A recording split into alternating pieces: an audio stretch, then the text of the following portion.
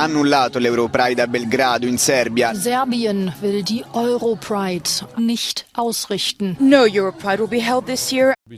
Belgrade should have been home to the 2022 edition of Europride. However, on Saturday, 28th of August, the Serbian President Aleksandar Vučić announced that the event would be postponed or cancelled. Europride is a pan-European international event dedicated to LGBTQI+ pride. And since 1992, the event has been hosted by a different European city every year. The recently cancelled Europride in Serbia was considered nothing short of historical. In fact, it would have been the first time Europride took place in an EU candidate country. On a more critical note, what would have made this event so relevant is that the Western Balkans, and therefore Serbia, are a region not particularly known for its pro-LGBTIQ+ stance. As a matter of fact, the last-minute cancellation speaks volumes about the situation in the Western Balkans. Today, on the Bold Europe podcast, the situation of LGBTIQ+ rights in the Western Balkans, and what the cancellation of Europride in Belgrade means for civil society organizations fighting for LGBTQI+ rights in the area.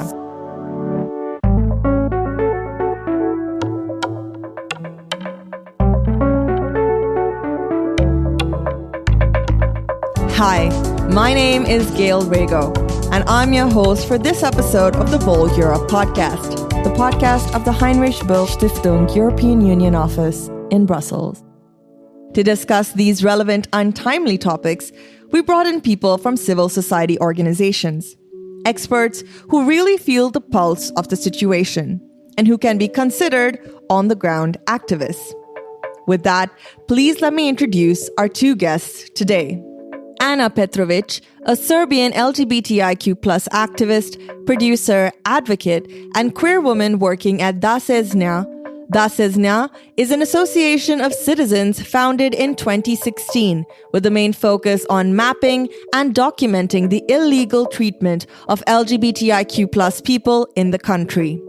And our other guest is Liridon Viljo, an LGBTIQ+ activist from Kosovo working as a program manager for the Center for Social Group Development, or CSGD. Likewise, the CSGD aims at supporting, protecting, and advocating for the rights of the LGBTIQ+ community in the country. Ana, Liridon, thank you so much for being with us today. Thank you for having us. This is a lovely opportunity for us to talk about the issues that we are bothering in our countries. Thank you for having us. In the first part of this episode, we would like to give our listeners a snapshot of the situation of LGBTQI+ rights in the Western Balkans, as seen through the lens of activists on the ground, such as you, Ana, and Liridon. So let me start with you, Ana. Could you give us an overview of both the main advancements and challenges faced by the LGBTQ+ community over the past 10 years or so? Okay. Well, our community has had a lot of challenges in the past when it comes to our rights, most of which are still very much present today. And the only aspects in which we can observe any more noticeable progress is safety. During this past decade, our community is in a better position when it comes to safety, yet many members of our community still face the hate speech, discrimination, and physical abuse. Our organization makes yearly reports on those unlawful conducts. One aspect of the position of LGBT+ community in Serbia today is, however, hasn't changed. We still lack laws that would regulate lives and guarantee us freedom and equality to other citizens. We are still lacking laws on same-sex partnership and the gender identity law. The creation of proposition of the law on the same-sex partnership has begun more than 2 years ago now. It was supposed to be introduced to Serbian parliament a year ago and has so far given no results since it hasn't been implemented. The law on gender identity is so far still in process of creation. Our organization is actively advocating for both of those laws. However, since both laws seems to be a minor concern and no priority to Serbian government, we can do not much other than wait. Lacking of those two laws is one of the main reasons why we are walking on Pride on September 17th. And the implementation of those laws is one of the main requests of Serbian Pride for years. When you're talking about the government, Serbian government is hypocritical in many ways. For example, Serbian current prime minister is a lesbian, a public relationship with her partner, with whom is raising a child. And yet, Serbian government has done very little for the community, if anything at all. On the other hand, in the parliament, homophobic speech, jokes, comments are everyday sight, which is never being prosecuted or acknowledged in any way, just ignored and laughed at. Serbian deeply homophobic society, on the other hand, sees a lesbian prime minister, and because of that assumes that the government is supporting the LGBT rights. Concerning the government is on the ruling party with the LGBT plus community, which is making more damage to the community since it's creating a false impression that community is protected by the government. Thank you so much, Anna, for that really in-depth glance into how LGBTIQ rights are in your country right now. I was actually curious, and I wanted to step back a bit and ask, how did you first get involved with the LGBTIQ plus movement, especially considering how you've said society is not still quite pro? Well, I'm a queer woman. That's one of the reasons. And I was doing the TV show for 10 or more years in Serbia, dealing with topics, not that popular topics. So in the meanwhile, I saw that I have those qualities for activism, and I wanted to do something which is connected with my life. So that's how I end up at LGBT plus human rights organization. That sounds really interesting. Thanks for sharing that. Lirdon, the Western Balkans are a really huge region. So I think it would be a mistake to conflate two very different countries, such as Serbia and Kosovo. But could you tell us likewise, what is the situation in Kosovo? And could you point out the very country-specific advancements and challenges? So in 2004 was the first thing that actually happened, something for the LGBTI people in Kosovo, when the anti-discrimination law was amended and it included sexual orientation as a base for protection against discrimination. Then in 2008, the introduction of sexual orientation in the constitution. The constitution of Kosovo was amended, as was created in 2008. And then at that time, we managed to put sexual orientation as a base for protection from discrimination in the constitution, which was a major thing. And it has helped us a lot in the process of amending laws and stuff like that. And then, in 2014, we organized the first march. For the 17th of May, we organized this Idaho March. This was kind of the first activity that we did in the streets. We went out and it was kind of a march and a protest for the rights of LGBT people. So we did this for 3 years straight. We didn't announce it before. We just went in the streets and marched. So this was kind of a test of how the society will be reacting towards public activities. And in 2017, then we organized the first Pride.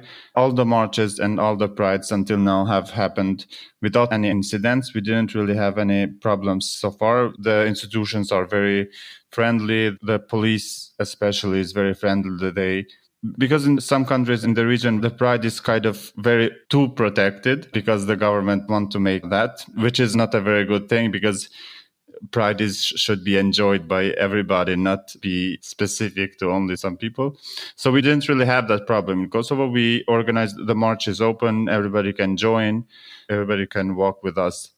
And then 2015, this was also a major turn point because we managed to include gender identity in the anti-discrimination law and also in the law on gender equality, which was quite interesting and quite supportive because now the anti-discrimination law protects also gender identity and not only sexual orientation that was happening until 2015. In 2019, we managed to include 8 articles in the criminal code that protects hate crimes towards LGBTI people.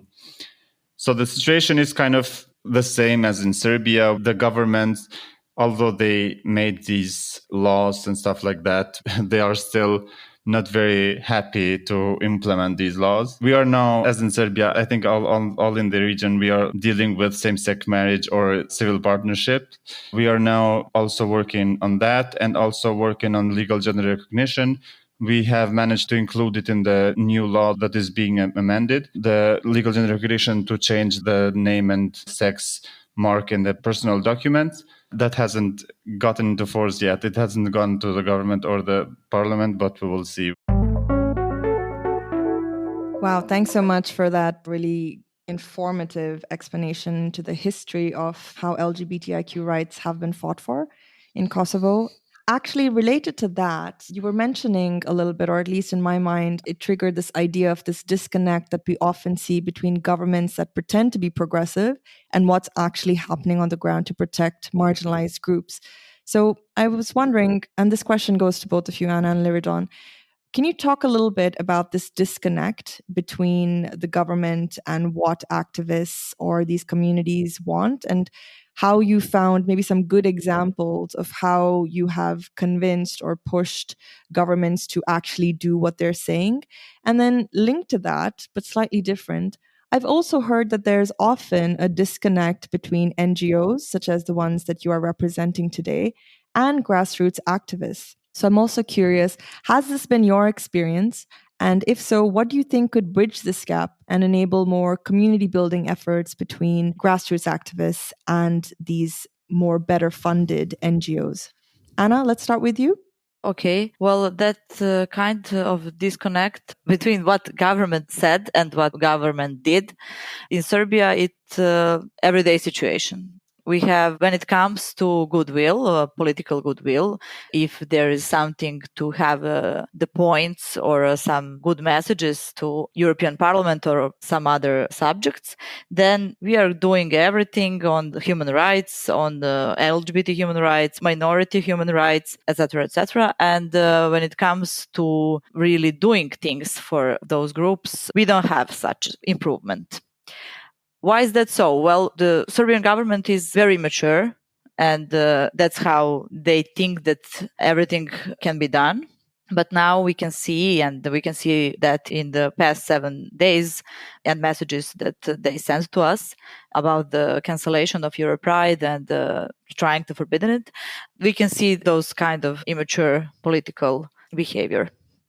So I don't know what to say. It's very hard to be activists in Serbia these days. Liridon, to either question, what are your thoughts? Yeah, we also have that in Kosovo. I mean, so far, when we want to organize activities, we didn't have any problems so far. I mean, we actually do sometimes when we want to take the permission from the municipality to organize the Pride. We have to do it like a month before it. That is how it should be. And we do it 3 months before, and they let us know like 3 days before the Pride, and they always have something. They didn't include the truck of the Pride. They didn't include, I don't know, something. They include the wrong road that we wanted to go. I mean, we always do what we wanted to do, but it's always something. Then the police cannot close this road because they don't have the permission and stuff like that. Every year is the same problem. And it's just a hustle, really. But we always do what we wanted to do. But they just don't want us to be, for the organizing thing to go all smoothly. They just want to make bumps on the road all the time. And yeah, there are plenty of things that the government say, like for the same-sex marriage, for example. We met countless times with this government and the former governments, and they all said that, yeah, we're going to try to accommodate same-sex relationships within the law, but it's not going to happen. It's not happening yet. They are still, I don't know, they're trying to satisfy, in a way, us and the general public and their voters. So, yeah, it is always a struggle to deal with them, because they don't want to say no, because we always try to push them and to pressure them through different stakeholders like the international community here in Kosovo. So yeah, they cannot say no to us, but they also don't do their jobs. They don't do what they said yes for. Yeah, definitely. I'm sure for most of our listeners, this sounds like a pattern that a lot of countries have, which is, trying to appease civil society and saying, yes, we're doing everything we can. We'll kind of put in all the work that's needed. And then at the end of the day, nothing actually happens. There is no real progress. And I also thought it was very interesting what you said, Liridon, about how you can eventually do the things that you want to do in terms of your activism, but governments and the police will make it as difficult as possible. And I also think it's important for us to recognize that this itself is a strategic tactic, right? Waste the time of marginalized groups by making them jump hurdles in order to get just basic things done. And that way you'll make sure that in order for these groups to actually attain progress, it will take 3, 4, 5 times more effort and energy, right? So I think this is quite an interesting thing to kind of highlight. Anna, was there anything you wanted to add to this? Well, about your previous question, when it comes to some financial stability or sustainability, there is not so much. We don't have that yet because that disconnection between the activism groups, activism and the donor society is maybe the deepest ever. Actually, those mixed messages that we are sending, that we are doing so much things on our rights or for our better life in Serbia and the real situation, that kind of stuff make that plot that we cannot, for now, we cannot, how can I say, fulfill. I was wondering, because this is a question or a topic that is being considered in many different parts of civil society across Europe, I think, which is, there are organizations and NGOs that are well known, that often get funding. But then how does that trickle down into really community-based or community-led efforts by these grassroots activists? So I was wondering, is this also a conversation that's happening in Serbia and Kosovo, which is how can we make sure that the money coming in from these donors are not just used, to ensure that there is work for NGOs, but also is reaching grassroots organizers? And if there are any interesting initiatives you've seen to ensure this, to make sure that these people and smaller groups, less well-known groups, are also getting this kind of funding. Well, I can say from my point of view and my organization, we are dealing with, as you said before, mapping and monitoring of unlawful conducts motivated by homophobic or transphobic behavior. And those kind of things are... we are the only organization, even NGOs or in the state, who's doing this. So our job is real and we are dealing with many cases. Some of those are very severe. And when it comes to fundings, in the last year, we heard so many times that we need to do something different. And we are asking always, how come? What should I do different? Because this first thing, the main thing that we are doing, nobody does beside us. So we still have to do this in a way that we are doing it for 6 years. But now we have to be creative in those ways, how we're doing it. So it's hard. And also we heard that we should be founded from our community, which is in Serbia almost impossible. Our community in Serbia is still weak, economically not independent. That is the struggle that we are dealing with for many years. And we are trying to encourage our community here, but it's not up to us. Some questions are still on the state. Really interesting. I think you've raised a couple of interesting points that I've been thinking of also during my time in civil society, which is, one is this really unsustainable need for funding. And, as any NGO thinking, where is this funding going to come from? How can we convince people that this is an issue worth fighting for and not, at some point being queer is trendy and at another point something else is trendy, right? This sustainability of funding. Liridon, I was wondering, is this a similar context also in Kosovo? Yeah, Kosovo is quite a small country, and there are only 2 organizations that are operating as registered organizations, but we have also different initiatives that are not connected to the organization directly, but we kind of try to have cooperation with them. We had this initiative that was an online magazine kind of that distributes news and stuff like that. So yeah, we kind of tried to encourage them to continue and write, and we were kind of paying for some news to them so they can have kind of a sustainability. They can pay for the people that are kind of doing everything for free, volunteering there. So we just wanted to encourage them, and then we have quite good cooperation with them. Then we kind of try to organize activities in different cities of Kosovo, and then try to find new activists that are going to have initiatives. And we try to support this initiative financially. The 2 organizations, the one that I work with and the other organization, kind of have the funding and stuff like that. But we are always open to new initiatives. And I think the new activists would feel comfortable to come to us. We're always open to new initiatives, to new activists to work with. In the second part of the interview, we will dig into the cancellation of Belgrade's Europride, something that's been on a lot of our minds recently. To better understand the picture from the ground, we will continue talking with Anna.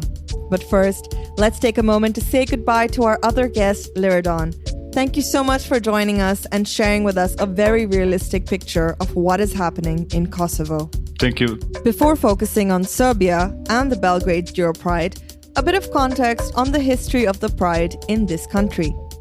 Besides Europride, several European countries organize its own yearly LGBTQI+ Pride event. When it comes to Serbia, Belgrade Pride has been organized ever since 2001. In 2010, widely known as the Bloody Pride, and certainly one of the saddest moments for the movement in Europe, an attack by far-right extremists and hooligans resulted in 207 persons injured.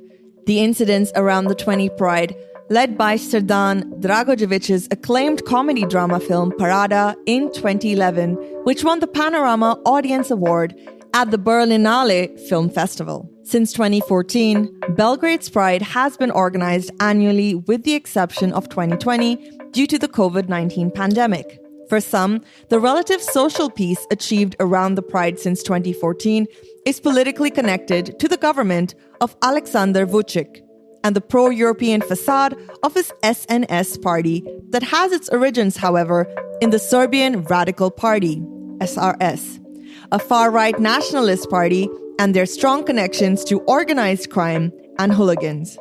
Even if mostly free and undisturbed in recent years, the Belgrade Pride has been a mostly secluded, highly securitized event rather than an engaging, interactive event with grounding in society.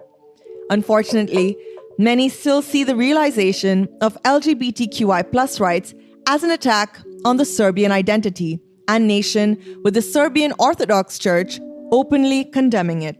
Apart from naming Ana Brnabić an openly lesbian politician prime minister in 2017, the government has done little to improve tolerance and acceptance of LGBTIQ+ rights in the Serbian society. A debate on potentially introducing same-sex unions has, however, sparked hope across civil society organizations since 2020, when Gordana Komic, a former opposition figure, was appointed Minister for Human and Minority Rights and Social Dialogue.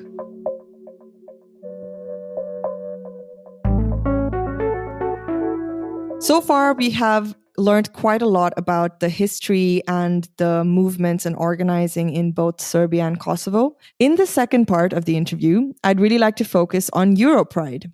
How important would this event have been, and how do you interpret this sudden cancellation of Pride, Anna? Officially, we've heard that it was motivated by the fact that the country is facing multiple strategic crises, the biggest one relating to the tensions between Kosovo and Serbia. Citing Politico here, a few weeks ago along the border between Kosovo and Serbia, a crisis erupted over license plates and entry documents, with barricades being erected and shots fired at the Kosovo police. The EU said an agreement had been reached to resolve the border issue. Open mic to you, Anna. Well, as you have noticed, the whole circus of so-called cancellation of Europride March is probably connected to those things that you mentioned now. But yes, probably connected to the tensions in Kosovo, which is again bringing the queer community in a position to be put in the narrative that is political and not a matter of LGBT+ rights. The community is once again being used as a scapegoat to shift the focus of the public from such political matters, which is clearly showing how little our rights and fights means to the government and political elites, and how easy it is to use our fights for our basic human rights to manipulate the public and gain cheap political points. Europride cannot be cancelled by the president, prime minister, or the government. It can be only cancelled by the police. And only if safety issues are extremely high, which we know that are not, since we have had successful and peaceful Pride for 8 years now, which is making the cancellation of Pride unconstitutional. And this is a very unfortunate situation that our government pointing on Europride as something that it can be escalation point in safety matters and in the political matters, because we are just trying to have a peaceful and nice walk in the afternoon of September 17th with our friends, families, partners, and everyone, the citizens who support us. So it's very unfortunate situation that is used in such an awful way. I'd like to ask you to sketch what you think are the key things that are needed from your perspective to make the situation of LGBTIQ plus rights advance in the Western Balkan region. What do you think are the top 3 things that we need to do immediately in Serbia to make sure that the situation progresses quickly?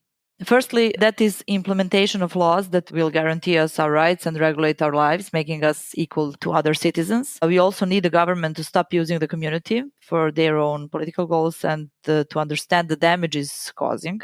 We need proper and systematic education on LGBT plus matters and zero tolerance to hate speech, threats, and violence against queer people. We also need educated medical workers, access to healthcare, especially for trans, intersex, and gender variant people. Finally, we need systematic protection of queer people, and that means educated and cooperative police. Social workers and other security institutions, shelters for the members of the community, and legal and psychological support provided by the state. There is a great need to talk about rights and needs of LGBT plus community in schools, which is the only way to systematically educate the next generations of society and empower queer youth to progress into an open, educated, and tolerant society. Thanks so much, Anna. I think this again shows how everything is so interlinked and connected. If you don't have police or governments or healthcare workers or schools who are aware of this and talking about this in a supportive way, it can just continue this trend of seeing queer people as different, as people to be marginalized, as people to be hated.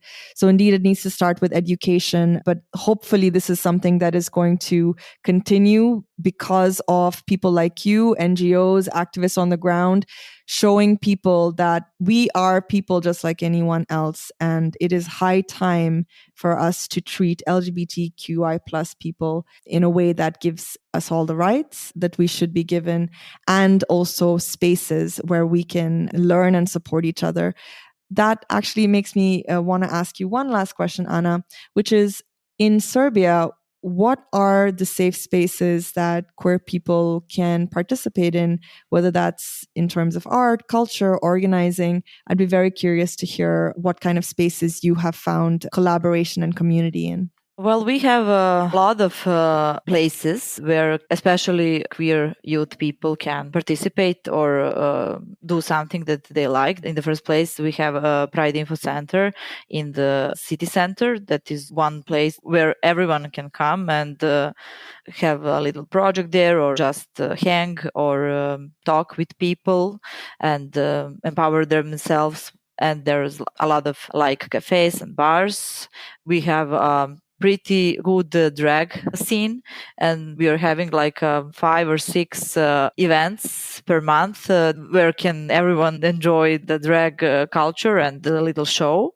Also, we have a few festivals like Queer Movie Festival, Merlinka, and we have, of course, the concerts and exhibitions, lectures, and a lot of stuff daily basis for queer people, and of course for everyone who wants to be part of it and to know something about it. I think it's so important for everyone to kind of attend these art and cultural events, because it's such a great way and such a human way to understand the issues facing all of us, really. Maybe one last thing, Anna, if I can.